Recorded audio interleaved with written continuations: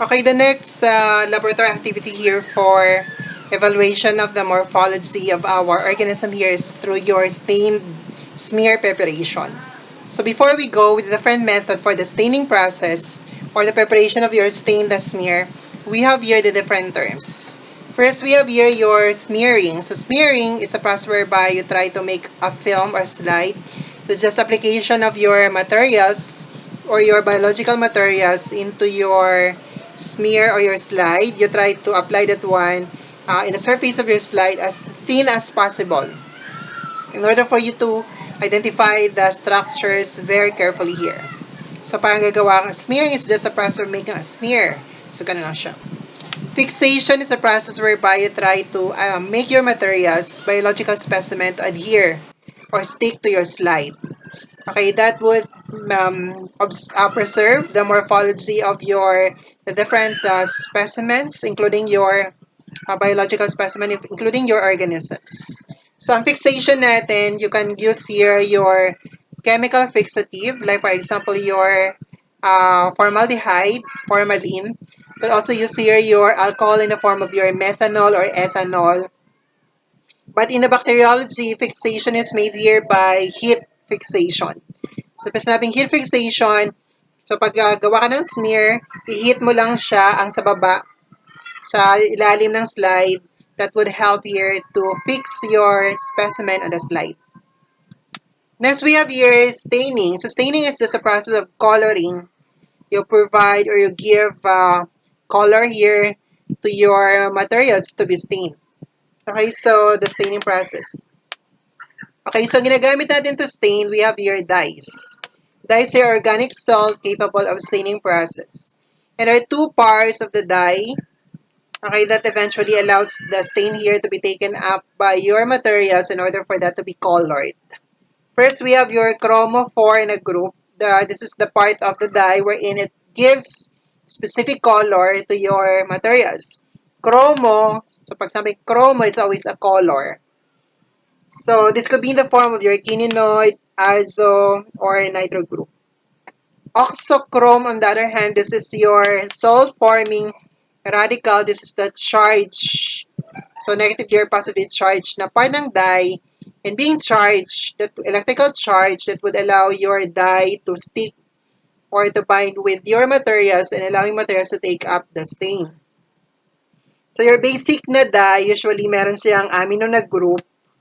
And acidic dye contains their carboxyl, hydroxyl, sulfonate na group. Those are responsible for allowing this dye here to be to stain your materials. Usually, pag basic dye, ito yung mga color na blue, mga violet na color. Pag mga acidic dye, usually, ano sila, red, pink, gano'n na color na dyes.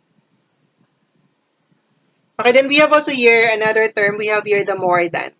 Okay, mordant is a chemical solution that will allow or that would allow materials to fix to your slide. So para it helps here your materials mag-stick to your slide, or it helps your materials to stick to your slide and at the same time allow it to take up the stain. Okay, so to straighten here the bond between the materials and stain, allowing your materials to take up the stain. So more than para siyang pandikit din. Okay, we have the term decolorization. Decolorization is indiscriminate removal of the stain from your tissues. So pag sinabi decoloration, indiscriminate, wala siyang pinipili. So pag sinabing removal of the stain, so pag nag-wash tayo ng stain, pag yan ay decolorizer, so wala siyang pinipili.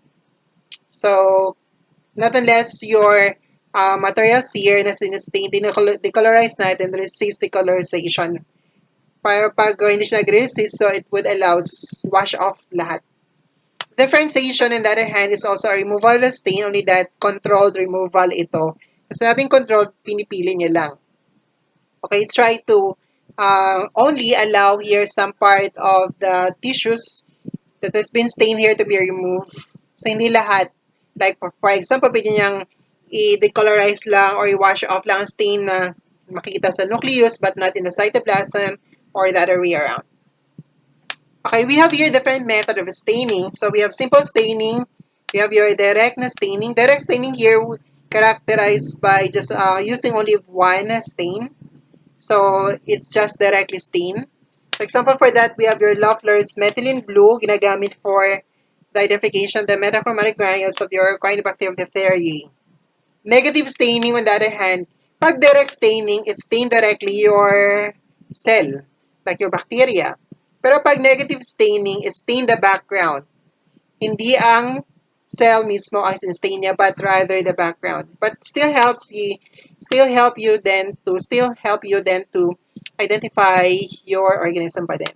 So for this one, negative staining, we have your India ink, okay, for your capsule of your Cryptococcus neoformans, the glycerin stain for the spirochetes. Again, stain the background, not your cell, bacterial cell itself.